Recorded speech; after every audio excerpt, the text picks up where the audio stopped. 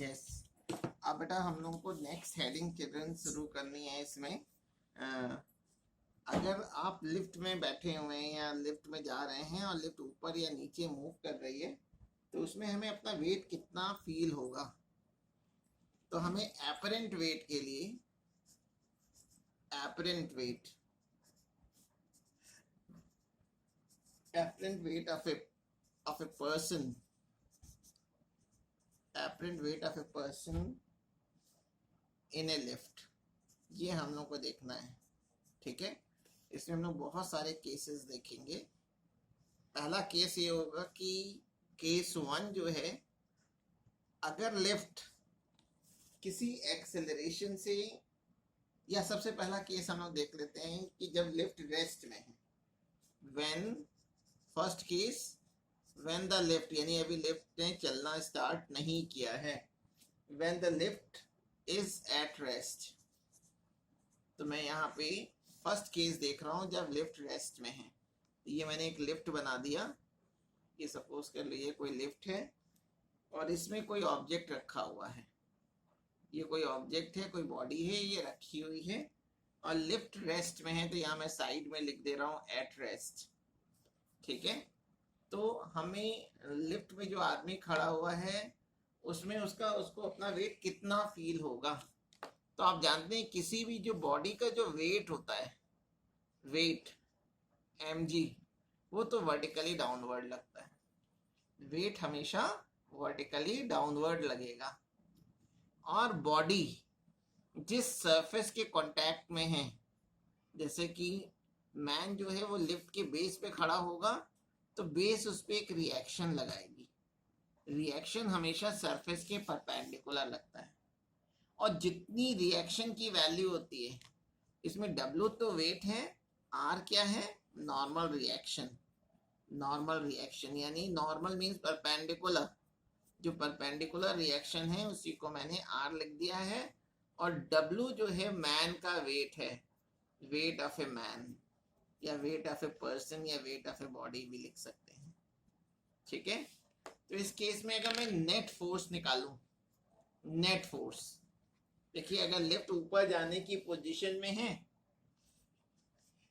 तो अगर लिफ्ट अगर ऊपर जाने की पोजीशन में तो ऊपर के डायरेक्शन का फोर्स ग्रेटर होगा। जिस डायरेक्शन में बॉडी मूव करेगी उस डायरेक्शन का फोर्स हमेशा ग्रेटर होगा। तो आप उस फोर्स में से, जैसे मैं मान रहा हूं कि लिफ्ट ऊपर जा रही है तो रिएक्शन जो होगा वो ग्रेटर होगा और इस रिएक्शन में से ऑपोजिट डायरेक्शन वाले फोर्स को आप सबट्रैक्ट करेंगे। ये नेट फोर्स निकालने का तरीका होता है। अगर लिफ्ट नीचे जा रही होती तो नीचे वाले फोर्स में से ऑपोजिट डायरेक्शन के फोर्स को माइनस कर देते। अब चूंकि लिफ्ट रेस्ट में, since lift is at rest, और जब रेस्ट में है तो इसका मतलब है कि एक्सेलरेशन कितना होगा, 0। तो यहाँ फोर्स की जगह मैं रख दूंगा मास इनटू एक्सेलरेशन। एक्सेलरेशन की वैल्यू 0 रख दी है, is equal to R minus mg। तो लेफ्ट हैंड साइड टर्म तो 0 हो गया, इससे R की वैल्यू mg के इक्वल आ गई। ठीक है, यानी जो एपरेंट वेट होगा जब लिफ्ट जब लिफ्ट रेस्ट में होगी तो उस समय जो हमारा वेट हमें फील होगा उसी को हम लोग एपरेंट वेट कहते हैं। और एपरेंट वेट जो है, और mg क्या है, रियल वेट या एक्चुअल वेट। एपरेंट वेट की वैल्यू और एक्चुअल वेट दोनों सेम हो जाएगा। ठीक है, ये केस 1 हुआ जब लिफ्ट रेस्ट में है। अब मैं सेकेंड केस लेके चल रहा हूं कि लिफ्ट अगर किसी वेलोसिटी से, कांस्टेंट वेलोसिटी से अगर ऊपर जा रही है तो केस 2 में देखने जा रहा हूं। Case 2, when the lift is moving up.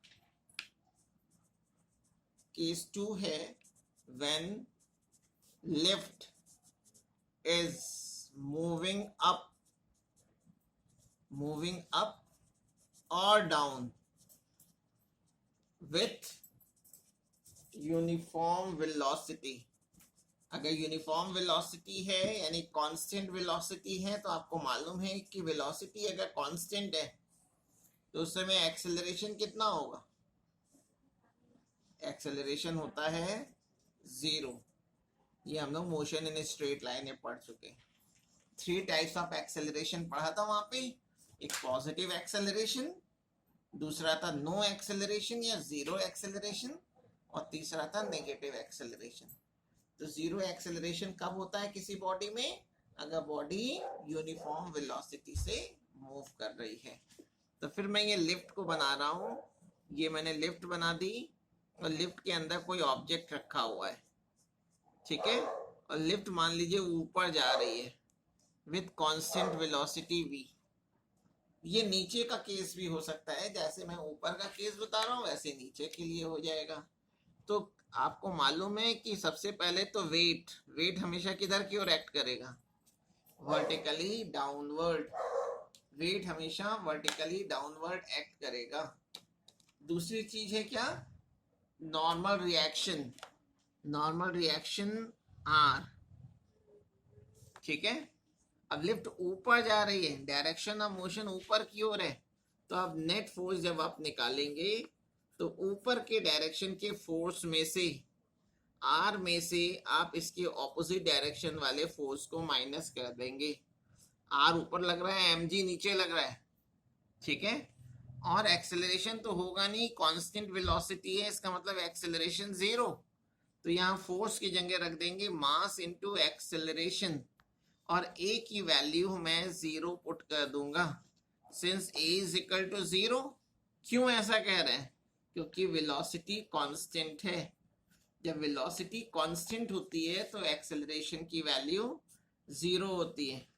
Therefore from 1, equation 1 में मैं a की वैल्यू जीरो रख दे रहा हूं, तो ये r माइनस एम जी हो गया, या r की वैल्यू mg के इक्वल हो जाएगी।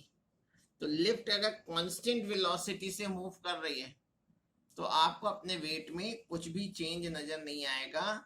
mg एक्चुअल वेट है, mg को हम लोग रियल वेट भी कह सकते हैं। तो जो एपरेंट वेट की वैल्यू होगी, एपरेंट वेट की जो वैल्यू होगी वो एपरेंट वेट की वैल्यू एक्चुअल वेट के इक्वल होगी, ठीक है। अच्छा, अब केस 3। अब नेक्स्ट केस है, लिफ्ट ऊपर तो मूव कर रही है लेकिन यूनिफॉर्म एक्सेलरेशन से। When lift is moving up, when lift is moving up with some acceleration या with acceleration a एक्सेलरेशन से लिफ्ट ऊपर जा रही है, तो इस केस में भी डायग्राम बिल्कुल ऊपर वाले ही बनेगा जैसे ऊपर बना रखा है। ये मैंने एक लिफ्ट बना दिया, ये लिफ्ट है और लिफ्ट में कोई ऑब्जेक्ट रखा हुआ है और लिफ्ट a एक्सेलरेशन से ऊपर जा रही है, ठीक है। तो इसके अंदर मैंने ये कोई ऑब्जेक्ट रख दिया है, ये कोई ऑब्जेक्ट रखा हुआ है। इस ऑब्जेक्ट का जो वेट होगा, वेट तो डाउनवर्ड एक्ट करेगा, और जिस सरफेस पे रखी हुई है वो उस पे एक रिएक्शन लगाएगी R। आपकी से मोशन ऊपर की ओर है तो इसमें जो नेट फोर्स की जो वैल्यू होगी, नेट फोर्स ऊपर की ओर जा रही है तो ऊपर जो फोर्स लग रहा है उसमें ऑपोजिट डायरेक्शन वाले फोर्स को माइनस कर लेंगे। ऊपर है R और नीचे है mg, R माइनस mg, और एक्सेलरेशन a है तो इधर फोर्स की जगह रख देंगे मास इनटू एक्सेलरेशन, तो R माइनस mg। हमेशा R की वैल्यू कैलकुलेट करेंगे, जो R की वैल्यू होगी बच्चों, R की जो वैल्यू होगी उतना ही हमें अपना वेट फील होगा। तो यहाँ m कॉमन ले लें तो g प्लस a। तो आप देख रहे हैं कि इस केस में जो रिएक्शन है R वो mg नहीं है, mg में कुछ ऐड हो रहा है, mg में ma ऐड हो रहा है। इसका मतलब ये हुआ कि जब लिफ्ट ऊपर जा रही होती है तो जो एपरेंट वेट होगा, यानी जो हमें अपना वेट फील होगा, जो हम अपना वेट महसूस करेंगे R, वो एक्चुअल वेट से कुछ ग्रेटर होगा, यानी apparent wait R is greater than actual wait, हमें अपना वेट कुछ बढ़ा हुआ महसूस होगा। ये केस 3 हो गया। ठीक है, कुछ और केसेस भी हैं तो वो हम लोग अपने नेक्स्ट लेक्चर में पढ़ेंगे।